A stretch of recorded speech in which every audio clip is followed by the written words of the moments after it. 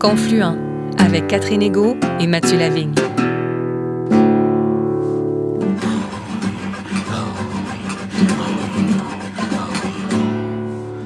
Bonjour Mathieu Lavigne. Bonjour Catherine Égaud. Bonjour à tous et à toutes et bienvenue à Confluent, l'émission qui donne la parole aux premiers peuples et à leurs alliés. Cette semaine, nous discutons avec Jean-François Roussel, auteur de l'ouvrage Kateri Tekakwitha, Traverser le miroir colonial, un livre paru aux presses de l'Université de Montréal en août 2022.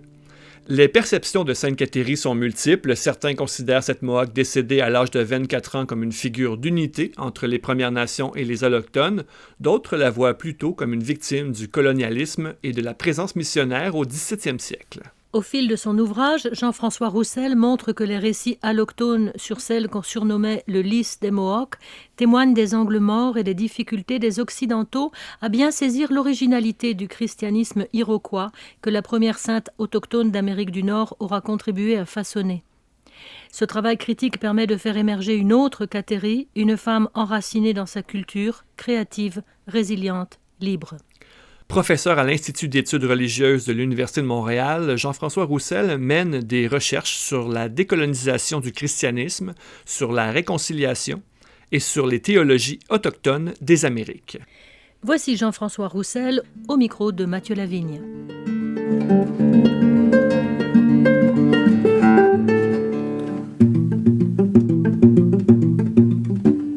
Jean-François Roussel, bonjour. Bonjour Mathieu Lavigne.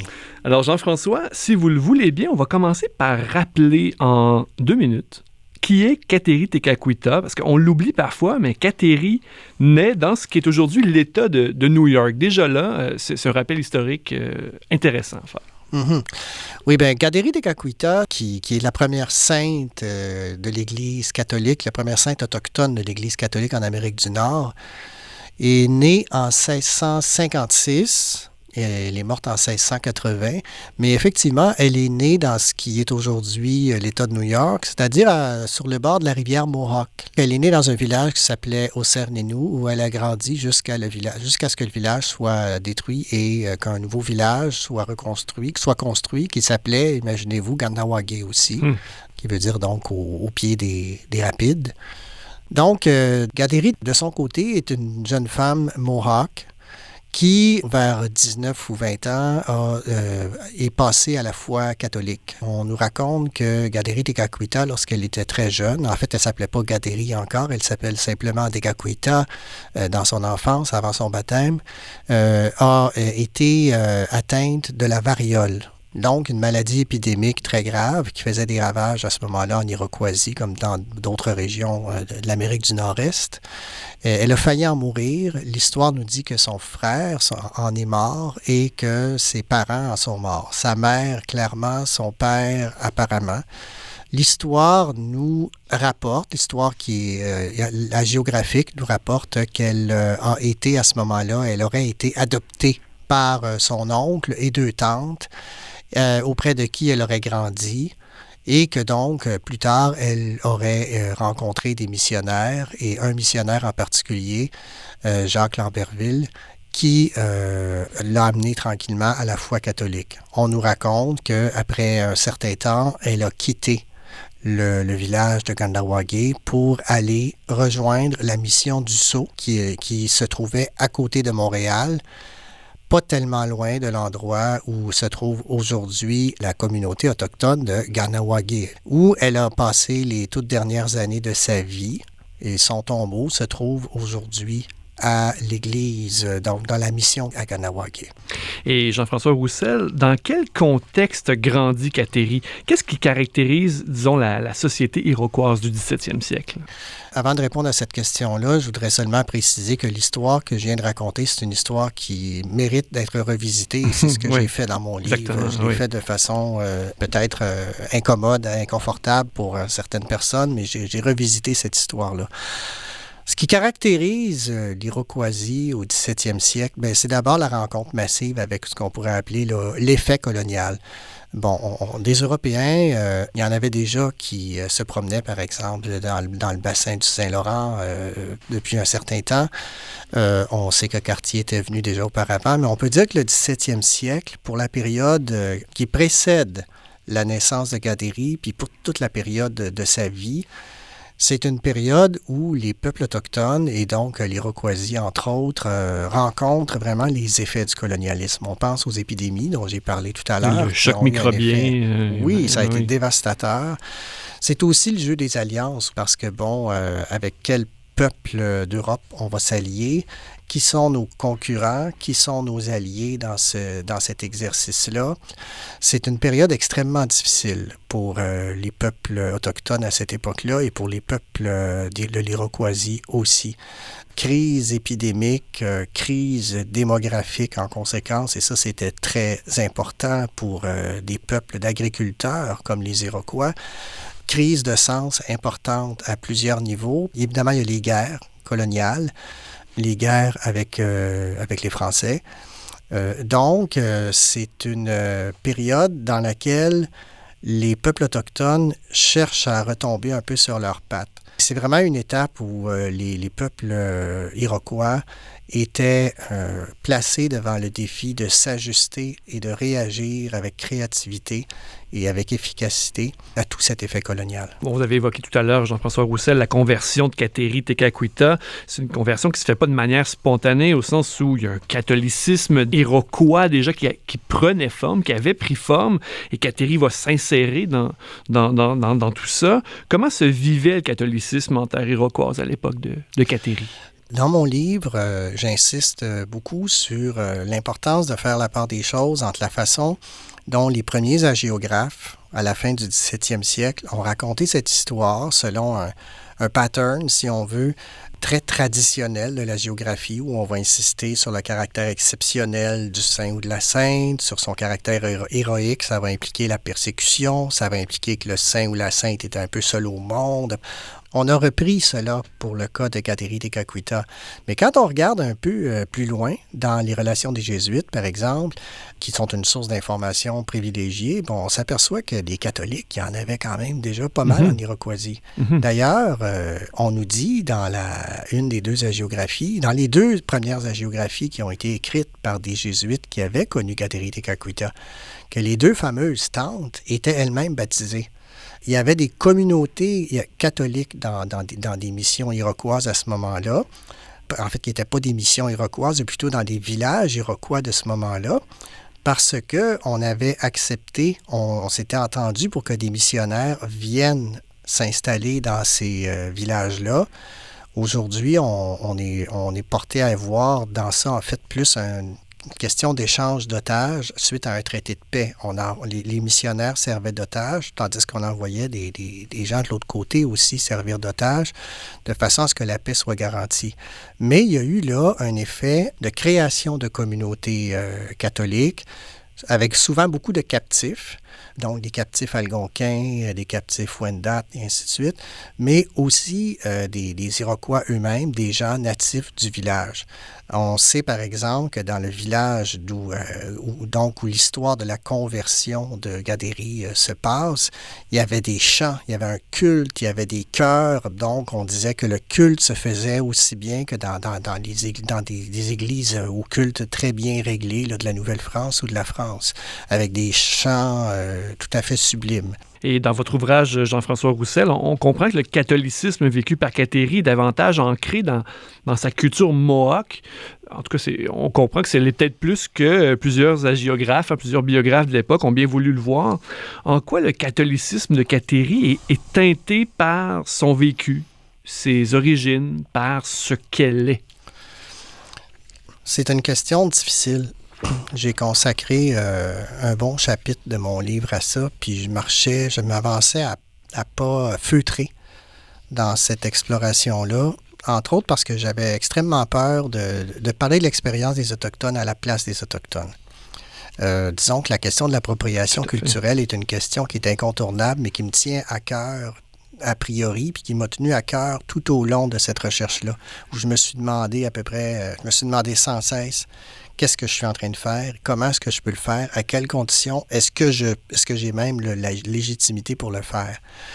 La façon dont j'ai répondu à ça, ou la façon au niveau de la méthode, ça a été de dire, d'abord, je n'introduis rien qui n'a pas été présenté déjà par des chercheurs, puis j'accorde beaucoup d'importance au point de vue des Autochtones eux-mêmes qui s'expriment sur Gateri-Tekakwitha ou qui ont écrit sur Gateri-Tekakwitha, il y en a quelques-uns. Dans cette limite-là, je vois des hypothèses, des avenues. Mais une chose est claire d'abord. On voit bien dans les relations des Jésuites que la communauté de Kahnawake, donc près de Montréal, la communauté qui aujourd'hui s'appelle Kahnawake, on voit qu'il y a des pratiques de ce que nous on appelle ascèse, des pratiques dévotionnelles qui sont très particulières, qui sont très intenses. L'aspect psychosomatique est très important au point où les missionnaires sont un peu dépassés par l'intensité de ces pratiques-là. Face à ça, on peut porter, nous, toutes sortes de jugements de valeur à partir nous, étant les Allochtones, je suis situé, moi, dans cette histoire-là. Je ne parle pas pour les Autochtones. Hein. Je ne dis pas aux Autochtones qui est Gateri-Tekakwitha. Je n'ai pas cette témérité et cette impudence. Je questionne un regard allochtone sur Gateri-Tekakwitha. Mais dans cette perspective-là, il est facile de porter un regard peut-être dépréciatif sur ces pratiques parce que nous, on n'est pas tellement là-dedans, puis il n'y a plus grand monde qui est là-dedans aujourd'hui. Mais des anthropologues, des ethnohistoriens ont porté un regard sur ces pratiques-là et les ont rapprochées de certaines pratiques qui étaient courantes en Iroquoisie, donc où on essaie de se rapprocher du monde qui est de l'autre côté du ciel. Alors, Isinagarunya, qui est ce qui est de l'autre côté de l'endroit qui est bleu, littéralement, c'est l'expression. On essaie de se rapprocher du peuple qui est de l'autre côté du ciel. Ça passe par la transe, ça passe par ce type de pratique-là qui montre une appropriation iroquoise du catholicisme, une façon iroquoise, pour employer le terme qui avait cours à l'époque. On pourrait dire aujourd'hui Haudenosaunee. Une création Haudenosaunee d'un catholicisme qui lui est propre, en fin de compte. Un catholicisme aussi où les femmes ont une importance, une présence à laquelle les missionnaires font référence, mais sans jamais en tirer toutes les conséquences. Les femmes jouaient un rôle absolument essentiel en Iroquoisie, dans la structure sociale, familiale. Hein, c'est matrilinéaire, il y a les mères de clan, les chefs sont désignés par les femmes, ils peuvent être destitués par les femmes, les mères de clan en l'occurrence. Et les femmes jouent un rôle important dans l'histoire de Gateri-Tekakwitha. Cette histoire-là, ça aurait pu être raconté comme l'histoire des femmes de Kahnawake et pas seulement comme l'histoire de Gateri-Tekakwitha. Si on revient à toute la question de ce christianisme, de ce catholicisme iroquois, vous avez évoqué comment il y a des éléments, vous avez évoqué peut-être la dimension des apparitions, la souffrance physique qui était présente dans cette façon de vivre le catholicisme. Est-ce que vous diriez que cette façon des Iroquois catholiques de s'approprier le catholicisme, de l'intégrer à partir de ce qu'ils sont, de ce qu'ils vivent, de leur culture, est-ce qu'on peut parler dans ce cas-là d'inculturation? C'est une bonne question. La question de l'inculturation dans ce contexte-là, est-ce que ce modèle-là rend compte de ce qui s'est passé? Depuis Vatican II, on parle beaucoup d'inculturation, hein, puis non seulement en termes théoriques, mais en termes pastoraux aussi, puis à travers le monde, en Afrique, en Asie, mais aussi dans les Amériques. Alors, j'ai réfléchi à cette question-là dans une partie du livre. Est-ce que ce qu'on pourrait appeler le métissage de pratiques, je dirais, ou d'une religiosité pré-chrétienne et de référence chrétienne, est-ce que ça correspond à ce qu'on appelle l'inculturation? Je suis un peu critique à cet égard du modèle d'inculturation. En même temps, en étant conscient qu'il y a différentes façons de comprendre ce qu'on entend par inculturation, il y a des écoles de pensée là-dedans, mais quand on parle d'inculturation, on parle de la manière dont la foi chrétienne va entrer dans des cultures, d'ailleurs, inculturation, hein, c'est le mot le dit, va entrer dans des cultures, va les féconder, et comment ces cultures, finalement, vont traduire le message chrétien, chacune à sa façon. Évidemment, c'est un immense progrès par rapport à ce qu'on a pu connaître, je dirais, avant l'époque de l'inculturation. En même temps, quand je regarde ce qui ressort de la religiosité des Iroquois catholiques, Pas seulement des Iroquois catholiques. Quand je parle des Iroquois catholiques, je parle des Iroquois de l'époque du 17e siècle. Là, puis on peut étendre au 18e siècle aujourd'hui. On ne parle plus des Iroquois pour parler des Mohawks, des Haudenosaunee d'aujourd'hui. Mais quand on regarde ça, on peut se demander s'il ne serait pas préférable de parler plutôt d'une perspective interculturelle, d'un processus interculturel. Parce que dans l'inculturation, on dit qu'il y a comme un message chrétien dont la substance ne change pas, puis qui va être traduit, décliné de toutes sortes de façons selon les cultures. En même temps, dans un processus de rencontre comme celui qui s'est produit entre le catholicisme et puis les visions du monde autochtone, à l'autre bout du processus, c'est-à-dire du côté autochtone, il y a des gens qui reçoivent, mais qui comprennent, qui interprètent. Et qui ne comprennent pas nécessairement ce que les missionnaires voudraient qu'ils comprennent. Mm-hmm. En particulier, à l'époque très précise dont on parle ici, ça a changé par la suite assez rapidement, mais à l'époque très précise dont on parle autour de la vie de Kateri Tekakwitha, les missionnaires maîtrisaient très mal la langue Kanien'kehá:ka. Maîtrisaient davantage le Wendat. Alors, c'est assez difficile de s'entendre de ce côté-là, de transmettre des doctrines très, très élaborées du christianisme. Oui. De l'autre côté, on va avoir des gens qui vont voir des gestes, qui vont entendre certains éléments, qui vont comprendre, mais qui vont se les approprier chacun à leur façon. Dans la vision du monde des Haudenosaunee, par exemple, dans leur récit fondateur, on insiste beaucoup sur le fait que il y a le monde du ciel. Puis ce monde du ciel comporte aussi, dans le monde du ciel, il y a De'Aruniawago qui est le créateur, mais qui n'est pas un créateur au même sens, pas du tout dans le même sens que le créateur chrétien, le créateur de la Bible. C'est un créateur qui est un jumeau, il y a aussi un frère, mais ce créateur envoie des messagers. De temps à autre, quand en bas, on a besoin d'être aidé. Est-ce que le Christ n'en est pas un?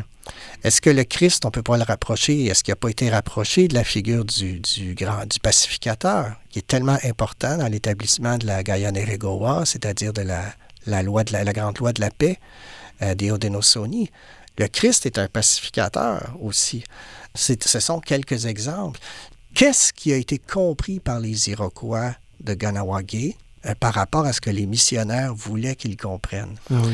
Et là, je pense que le modèle d'inculturation ne suffit pas. Mm-hmm. Le modèle interculturel où deux mondes se rencontrent, s'intriquent, s'influencent mutuellement et où quelque chose naît, mm-hmm. Ça devient très intéressant et je connais quand même un certain nombre de théologiens en Amérique latine, en contexte autochtone, qui voient les choses de cette manière-là. Et c'est très stimulant et je trouve que ça serait vraiment intéressant qu'on applique ces modèles-là au Canada. Oui. Et Jean-François Roussel, très souvent, Kateri est présenté comme une figure d'unité entre la foi chrétienne et la culture autochtone, voire un pont entre les autochtones et les non-autochtones. Dans votre ouvrage, vous déboulonnez cette perception bien présente chez plusieurs non-autochtones et vous soulignez que Kateri est aussi une figure qui divise. En quoi Sainte Kateri peut-elle être divisive? De deux façons. D'abord, il n'y a pas d'unanimité là, parmi les Autochtones au sujet de Kateri Tekakwitha. C'est à savoir, est-ce que c'est un modèle à suivre ou pas? Mm-hmm. Il y en a qui vont dire absolument, et pas nécessairement pour les raisons que les Allochtones, pour lesquelles les Allochtones la verraient comme un modèle à suivre, mais ils vont la voir, par exemple, comme un modèle à suivre parce que c'est une personne qui a beaucoup souffert, mais qui a surmonté sa douleur, qui a démontré sa force, à travers sa façon de traverser les souffrances qu'elle a connues, souffrances sur lesquelles on n'insiste pas assez dans les hagiographies.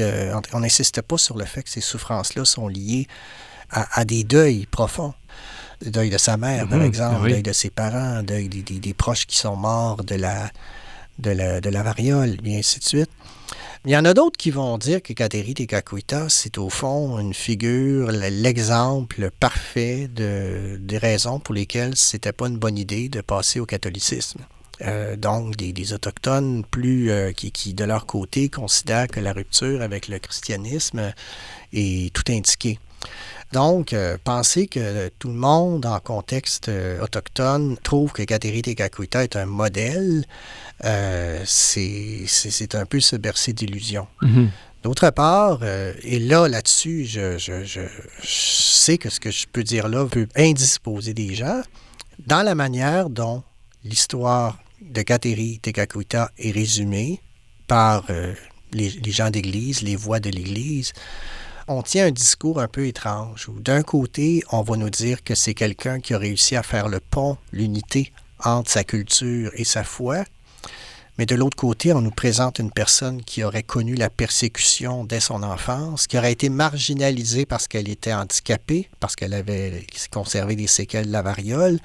On dit, mais quel peuple absolument, je veux dire, ingrat et brutal et cruel marginalise un petit enfant qui porte des séquelles de la variole, qui aurait été persécuté, alors que quand on regarde l'histoire de façon un peu plus étendue, on se dit que persécution après son baptême, c'est un petit peu, ça semble avoir été amplement exagéré, qui aurait quitté finalement son peuple, alors qu'en fait, ils étaient des centaines de Haudenosaunee, de Mohawks, à quitter la vallée de la Mohawk pour aller s'installer dans les missions du Saint-Laurent, entre autres à Kahnawake. Alors, ce récit-là, lui-même, la façon de raconter cette histoire-là, je la trouve divisive elle-même. Mm-hmm. D'un côté, on nous dit qu'elle fait le pont entre sa culture et sa foi, puis de l'autre côté, on présente son peuple d'origine comme un peuple, ma foi, assez... un peuple fréquentable. Dur, un peuple peu fréquentable, en effet. Mm-hmm. Et en ça m'apparaît divisif aussi. Et votre ouvrage a pour titre, je le rappelle, Gateri Tekakwitha, Traverser le miroir colonial. Est-ce qu'on pourrait dire, Jean-François Roussel, que traverser ce miroir, c'est prendre conscience que nos représentations de Gateri, dans le fond, elles en disent plus sur nous, comme allochtones, que sur Gateri elle-même? Tout à fait. La façon habituelle de raconter l'histoire de Gateri, je soutiens à travers ce livre, puis pour moi, c'est encore plus important que les questions d'histoire. Je soutiens que ça, c'est un miroir. Ce sont des allochtones, des missionnaires, des Français, des Blancs, pour le dire comme ça, qui ont projeté leurs désirs, leurs aspirations, leurs inquiétudes sur cette histoire-là pour la raconter de cette façon-là. Et d'une façon qui n'est pas toujours plausible. Pour montrer ça, j'ai fait beaucoup d'ouvertures sur des éléments d'histoire pour suggérer d'autres portraits de Gateri ou un autre portrait de ce que Gateri Tekakwitha et les siens peuvent avoir été. Mais, effectivement, dans l'état actuel des choses, ça reste un miroir d'une espèce d'imaginaire colonial. Et je trouve que c'est extrêmement important de le défaire, particulièrement quand on parle de réconciliation. Je pense que l'imaginaire, la mémoire, c'est tout un réservoir par lequel on rencontre du présent. Il faut revisiter sa mémoire pour voir s'il n'y a pas d'autres façons de considérer le passé autrement que comme une espèce de réservoir qui nous permet de justifier un état actuel des choses qui devrait être changé. Et en terminant, Jean-François Roussel, qu'est-ce qu'elle représente pour vous, personnellement, Sainte Gateri Tekakwitha? Quelle place tient-elle au bout de ce parcours dans votre propre vie? J'ai le goût de dire dans votre propre vie intérieure. Je prétends pas du tout dans ce livre-là dire aux Autochtones, ben voici, je vais vous dire, moi, c'est qui Gateri Tekakwitha, comme je le disais tout à l'heure. Je suis un Autochtone, je suis un universitaire, je suis dans ma tête. Et à un moment donné, pendant que je faisais cette recherche, j'alternais entre l'étude des archives, des hagiographies d'origine, des hagiographies plus récentes, puis ainsi de suite, puis aller à la mission Gateri. Le dimanche, puis voir les Mohawks qui allaient s'asseoir à côté du tombeau de Gateri et qui la priaient. Puis j'allais m'asseoir moi aussi. Puis je prouvais beaucoup le contraste entre le fait d'être à la semaine longue devant des archives qui parlent d'un personnage littéraire, puis de me retrouver devant, Gayadanoru Gateri Tekakwitha, c'est ce qui est inscrit sur son tombeau, Gayadanoru Gateri Tekakwitha, qui veut dire le corps précieux de Gateri Tekakwitha, littéralement. Pour moi, j'étais habité par cette question-là. Qui est-elle pour moi? la jeune femme dont les ossements se trouvent dans ce tombeau, qui est-elle pour moi? Je suis resté longtemps avec cette question-là. J'ai été habité aussi beaucoup par le fait de une autre question, comment parler de ces épreuves corporelles? Je me sentais extrêmement voyeur là-dedans. En plus, on parle d'une femme. Moi, je suis un homme. Et puis, il y a quelques années, il y a 4 ans, je suis devenu grand-père. Puis, ma petite fille est née avec des handicaps. Et ça a été une expérience, évidemment, humaine extrêmement difficile, mais une expérience spirituelle aussi. Et je suis devenu proche aidant. Et ma petite fille est née avec des conditions, si on veut, des handicaps qui impliquent des soins très spécifiques que j'ai dû apprendre à donner.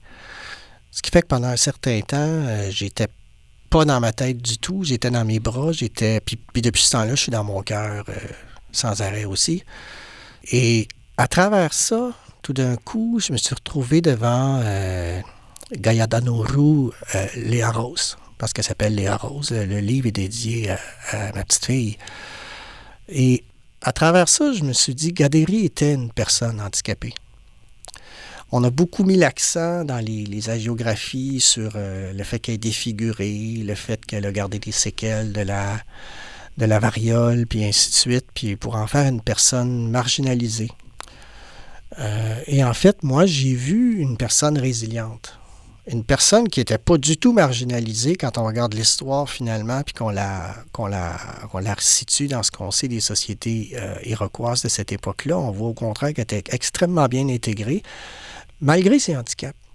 Et pour moi, elle est devenue, à partir de ce moment-là, je dirais peut-être un modèle de beauté, de résilience, puis un modèle relatif à l'importance de ne pas enfermer les gens dans les perceptions premières qu'on peut avoir à leur sujet.